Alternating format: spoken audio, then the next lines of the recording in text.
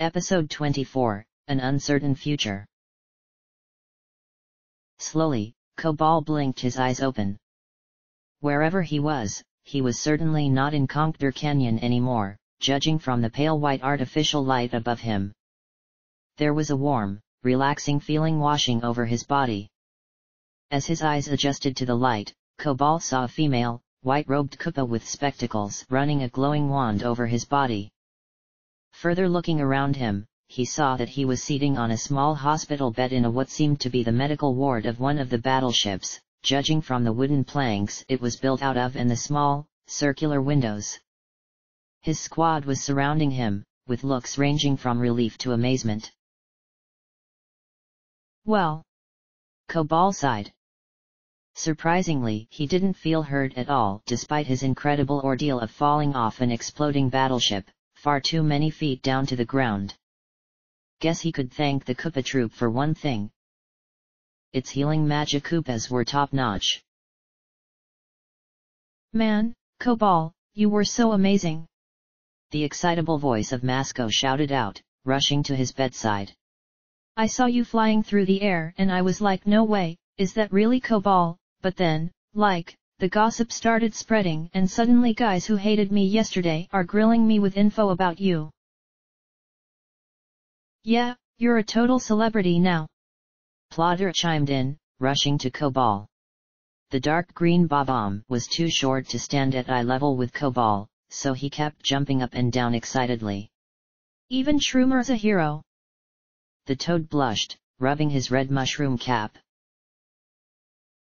That's just great. Cobal sighed, rubbing his eyes and straightening up on his pillow. He appreciated the support he was getting, but, honestly, no way he wanted to go down in history as a Koopa troop member. No need to be humble, son. The scratched dry bones Cooperly chuckled in his crotchety voice, rubbing his skull as he spoke. Your maneuver was straight out of the First Koopa War. It was like Antonio himself had joined the battle. Yeah, that brings up a great image, being compared to some old dude I've only heard about from you. Cobal chuckled sarcastically. The entire squad laughed, causing Cooperly to shrug. Kids these days, skipping school to play video games. He laughed. Hey Cobal, some Chargin Chuck named Jake has set up a bar down at camp. Masco exclaimed, leaning in. Cobal was sure that under his mask he was just brimming with enthusiasm. We gotta go grab a Chuck Cola together. No, Masco. Plodder chided, his fuse sparking. There's no way Cobal can go into the middle of the camp. The Goomington brothers and Bula are going to swarm him and try to get training tips. As Cobal listened to the conversation, no way he was going to pass on Luigi's training tips to a bunch of Koopa troop members. He became aware of Strike, leaning in the doorway. The Fire Bro had not been participating in the conversation, but Cobal suddenly realized that he had been watching him ever since he had woken up. As they made eye contact, Strike made a gesture for Cobal to come over. Sorry, guys, I gotta chat with the corporal. Cobal sighed, throwing off the white covers. Every inch of his body felt completely invigorated. He wasn't even sore as he crossed the medical bay to the doorway, where Strike was waiting.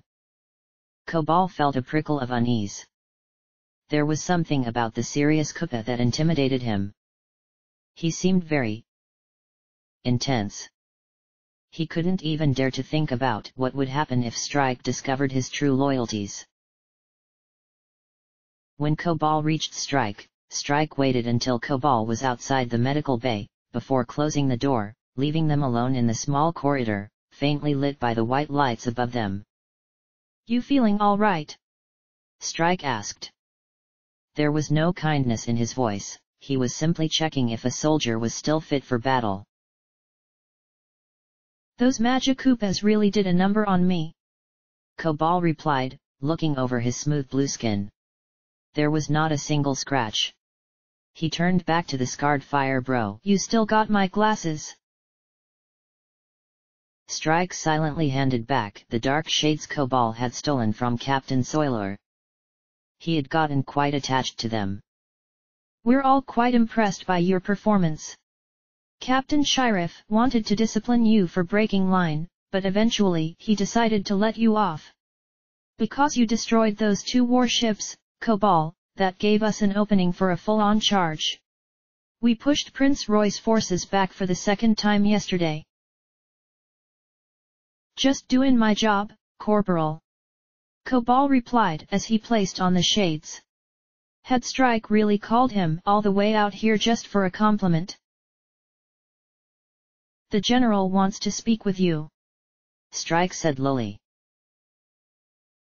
Cobal's heart began to beat. The general? Oh no.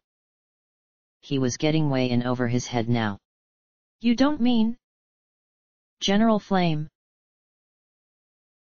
No, Strike replied sharply. As we are in Sector 2, we are following the orders of officers working under Prince Morton. The man in command of the Sprixie Kingdom front is named General Motley. He's sort of an obscure member of Koopa troop history. He doesn't have a seat on high command like many of our generals. However, he does have one claim to his name that idiot Flame doesn't. Motley has fought Mario 3 times and lived to tell the tale. Whoa! Cobal nodded, while at the same time feeling relieved.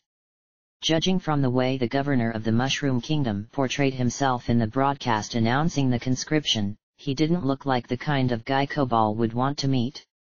Hey, Strike! Cobal said, pacing a few steps down the corridor to stretch his legs. What exactly does the general want to talk to me about? I'll leave that to him. Strike replied. Let's get a move on.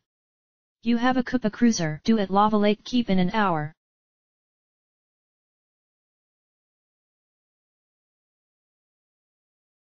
A few moments later, Cobal stood on the open-air observation deck of the Koopa cruiser, watching as it flew over the sea of white, fluffy clouds. It was early morning as the sun was shining down onto the deck as the cruiser continued to climb higher. The morning air was cool and relaxing. As Cobal gripped the guardrail and stared over the seemingly endless expanse of the sky, he found it easy to forget there was a war going on below, even easy to forget that the whole world was still in the grip of tyranny. Yes. Just what was going to happen to the Koopa Empire, Cobal thought to himself as he listened to the roar of the engine behind him. 2 of the Koopalings were at war with each other, and the outcome of the conflict would drastically change the Empire. What was more, Bowser Jr. had already pledged to help Morton, which meant that it was highly likely all of the Emperor's children would be forced to choose a side. A world war was coming, and somehow Cobal didn't like it. Yeah, someone less cynical than him would hope that the splintered Koopa Empire would just end up destroying itself and the Mushroom Kingdom could rebuild from the ashes. There was a huge problem with that, though. If there are 2 sides standing on each end of a field shooting at each other, what happens to all the guys who are minding their own business in the middle? It would take a miracle for this to result in anything other than bad for the Mushroom Kingdom and the rest of the people the Koopas had overtaken. As the Koopa cruiser continued to rise, Cobal once again looked on the massive, spike-covered dome of Lava Lake Keep, bathed in the rays of the rising sun. There were several battleships hovering around it, and as the Koopa cruiser approached, Cobal could see tiny figures scurrying all over the massive military base. Seems even with fighting going down below, the main base was still a whirlwind of activity.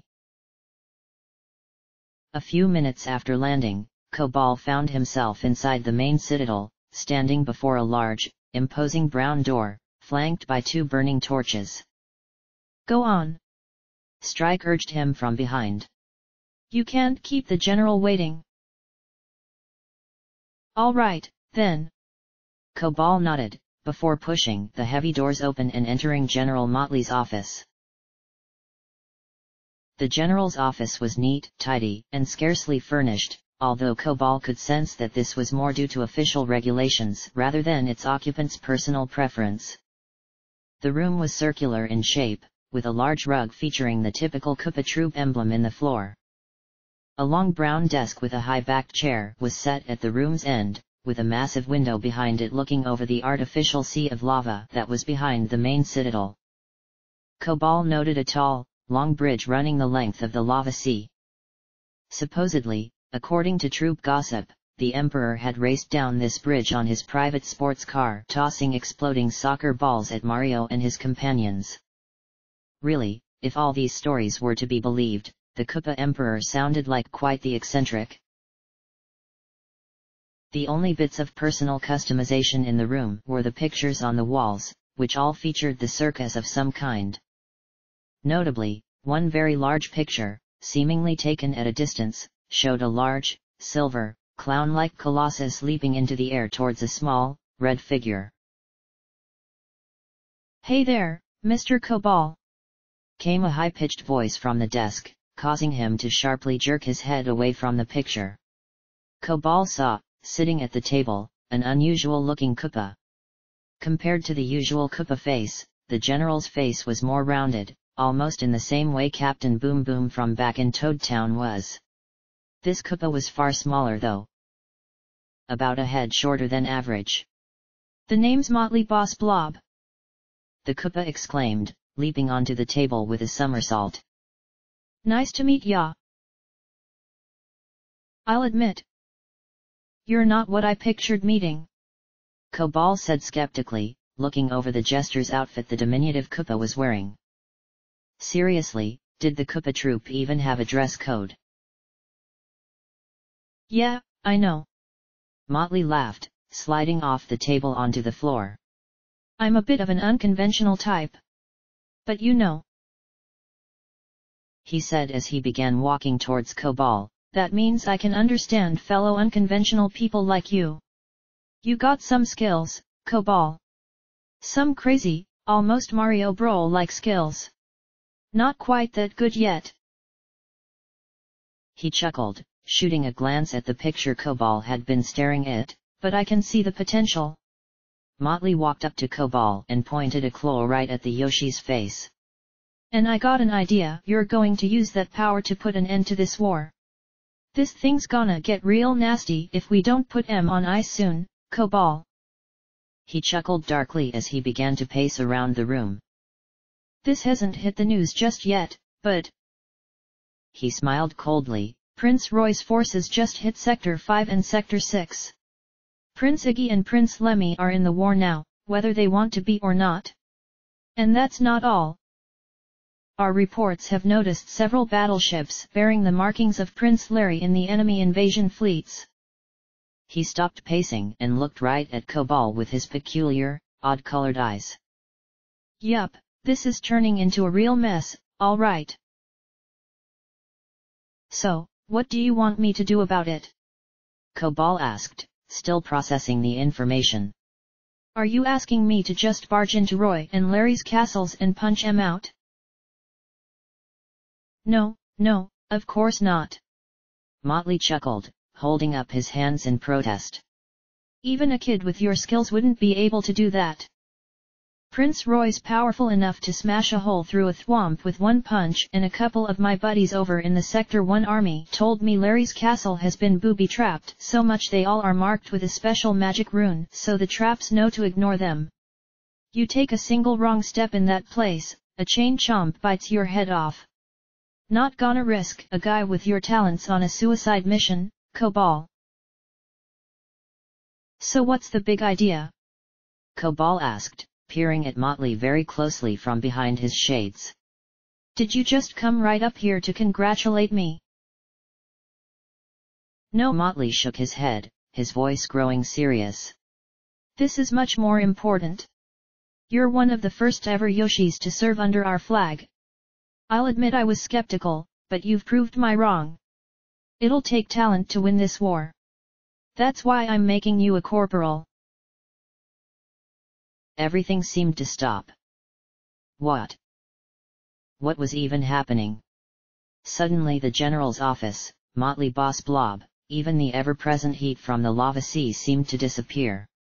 He, a rebel whose only goal was to destroy the Empire, was now a Koopa Troop officer? He would be in command of his own squad, composed of people who had probably gone through prestigious military academies and had dedicated their entire life to serving Emperor Bowser. This was wrong. All wrong. It's an honor, Cobal managed to say, not looking at Motley directly. Motley laughed. Go, have a day to celebrate with your friends. He chuckled. Report to me tomorrow and I'll see about getting together a squad. Oh, and don't join the fighting today. Wouldn't want my new star killed by a stray bomb.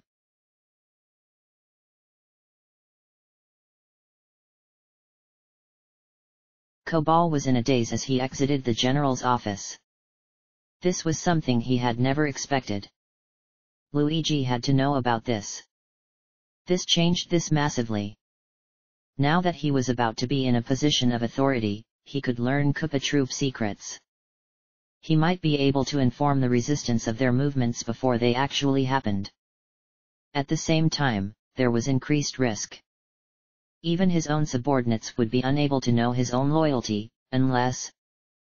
Yes, if he had other conscripts placed under his command, he could create a safe place for them, let them know that there was hope. The possibilities were endless. Congratulations, Cobal, Strike said politely as Cobal walked past him. You'll do the Empire proud. Yeah, sure. He nodded distractedly. Hey, is there any place I could get a phone? I don't have one and I really need to make a call to my family. Take the corridor right of the main staircase, second floor, 3 doors down. Strike said. We got about 30 phones there for private use. As Cobal walked down the hallway of the fortress, deep in thought, he passed a window looking over the sky. He had passed many such windows in the fortress, so he did not pay it any attention. If he had, for a split second, he could have seen the maroon-robed fly guy watching. The fly guy put down his binoculars, revealing the black stamp of a fire flower on his white mask. The fly guy tapped a device on his hood, placed over where his ear would be, turning it off. Thanks to its hearing-enhancing technology, he had heard everything. This was a new development, that was for sure. He flew off into the clouds, his presence detected by no one. Cobal reached the call center, a room filled with nothing but phone booths, soon after the shocking news. To his relief, it was empty. Just to be on the safe side, Cobal chose the phone booth in the far corner, in the last row of booths. Then he dialed the number of the only family member he knew. For the first time since his abduction, they were about to get an update.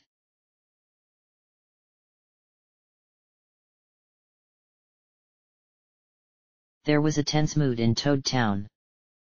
All of the cheerfulness and bright optimism seemed to have evaporated and been replaced by a dark feeling of dread. Luigi walked down the road leading from the castle into the town square, paying the bright sun and clear air no attention. The cheerful birdsong seemed out of place in the face of the disaster that seemed ready to befall them. The 5 Koopa Troop airships hung in about 200 meters from the main gate. They hadn't moved an inch through the night. Luigi did not know if they were sent to attack, or simply observe, but the fact remained that the Koopa Troop was well aware of their activities and probably had the firepower to wipe them out any time they chose. He forced himself to remain hopeful. They might not have a star rod or a dream stone to instantly grant their wishes, but they had managed to take Toad Town back, and with that same sort of determination, they could hold it. Reconstruction of the houses had been halted and all of the workers were hard at work at the wall. Although it seemed that both it and the city's catapults and new build blasters would be finished far too late. Toads not working were huddled in small groups, discussing with each other in hushed tones. They looked at him as he walked into the square, as if expecting him to produce a solution to the problem. Luigi grit his teeth, adjusted his cap, and stepped into the center of the square. Maybe he couldn't inspire people like his brother had, but by the stars, he'd try his best. Luigi, we've prepared an escape route through the warp pipes, Toadette said, running over to Luigi with a concerned look on her face. If worst comes to worse, the children and the elderly will be able to escape through the sewers. They'll take the furthest pipe all the way to Shiver City. I know that Starborn Valley has been closed off by a magical barrier ever since Bowser's conquest, but we can only hope the Star Spirits will take pity on us and let us in. Yeah. Luigi nodded, looking up at the clear sky. You know, we sure could use their help now. I'm been making a wish on Star Road ever since it happened, but nothing's come of it. The Star Spirits can't grant every wish, Luigi. Toadette sighed. If they stopped every war, every tragedy from happening, the world wouldn't ever progress and we'd never learn from our mistakes. Still. Her face darkened. I have heard rumors there may be a more sinister reason why our wishes haven't been able to stop the Empire. Huh? Luigi asked. He had often wondered about this himself, the reason why the kind Star Spirits seemed to silent. I talked to an old friend from Decalburg a few months ago, Toadette said in a dark voice.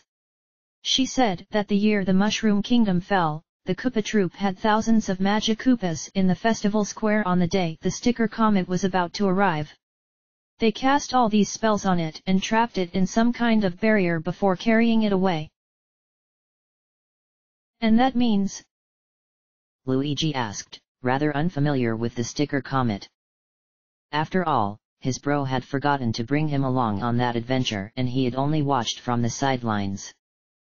Supposedly, according to Mario, he really hadn't missed much. It's a wish-granting artifact, Luigi. Toadette replied seriously. Its power is equal to the Star Rod's. As long as the Koopa Empire has the sticker comet, they can wish for themselves to be immune to the power of the stars. Even the Star Spirits can't touch them now. But does that mean? Luigi gasped, shuddering as he recalled the state his brother had been in when he had tried to face a Star Rod-powered Bowser many years ago. Was the entire Koopa Empire invincible now? Don't worry.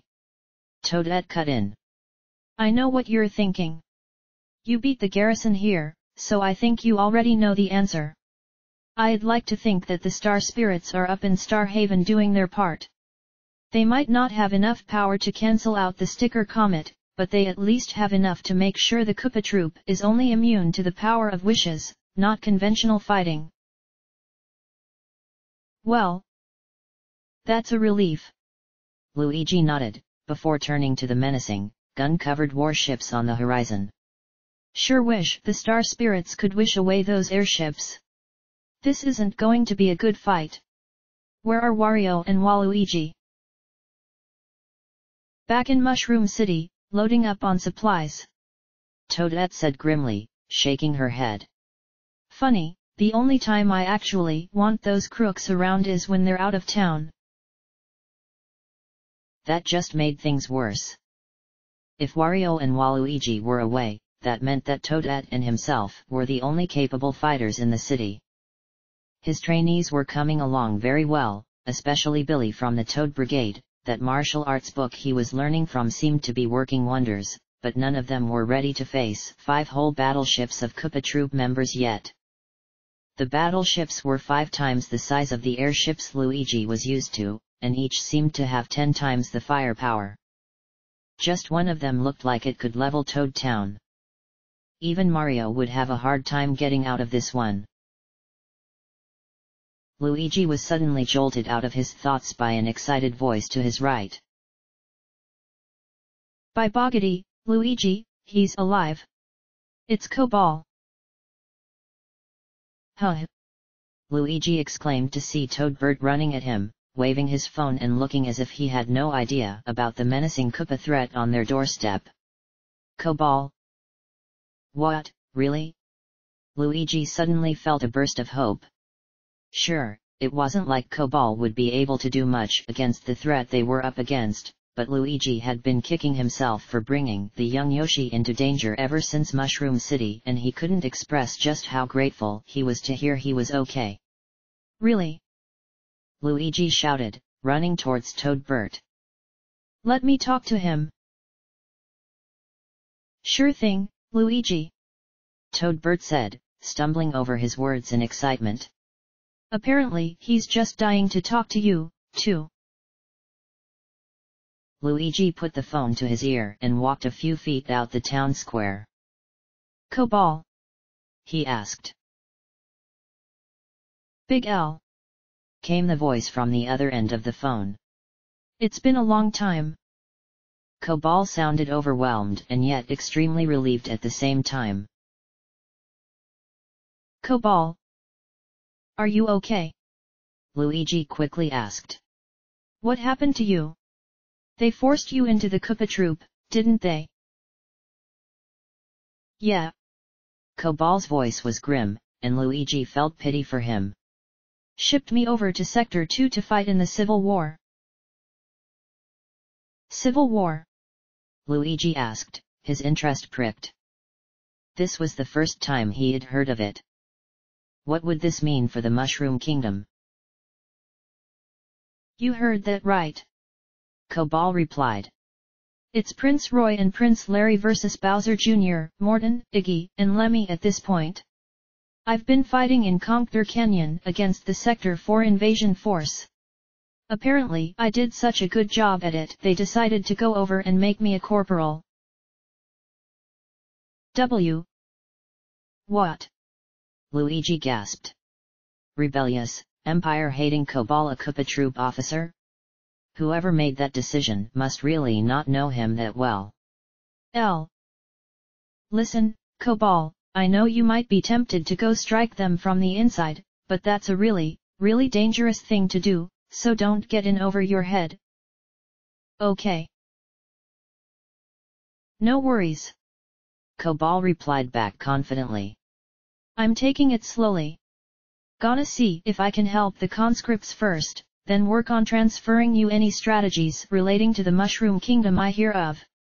Thankfully I won't have to fight you guys, the rebel sectors are top priority right now and I have a feeling they're going to stay that way for a while. I know what I'm doing. I ain't planting bombs in the Emperor's throne room just yet, Luigi, so no need to worry. Just stay safe, okay? Luigi warned. Cobal's surprise promotion had opened up dozens of new opportunities for the resistance, as did the idea of the Koopa Empire at war with itself. There was one thing that pricked at his mind, however. Cobal. Just what kingdoms are part of Sector 2? Sarasa Land and the Sprixie Kingdom. Cobal replied.